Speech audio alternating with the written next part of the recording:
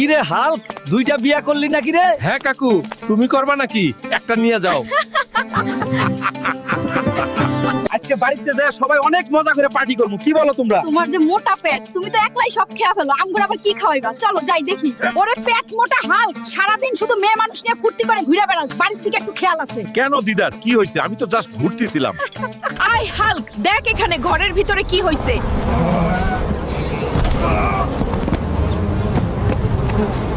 দিদা, তুমি একটুকু চিন্তা করবে না, আমি এখনই যাচ্ছি।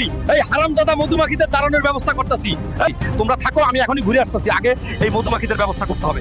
এত রাগ করে কই যাচ্ছ হাল্ক কাকু? আর কইস না রে, পুস্কি বাড়িতে মধুমাখি আইছে, শালা ঘরের পিছনে আগুন লাগাইতে হইব, একটা ব্যবস্থা করতে যাইতেছি। ওই ড্রাগনের বাচ্চা, কই গেলি রে? জলদি আমার সামনে আয়। বাড়িতে মধুমাখিরা ঘিরে ফেলছে, আজকে তোকে দিয়ে মধুমাখি ভাগাইতে হইব। ওই ড্রাগন।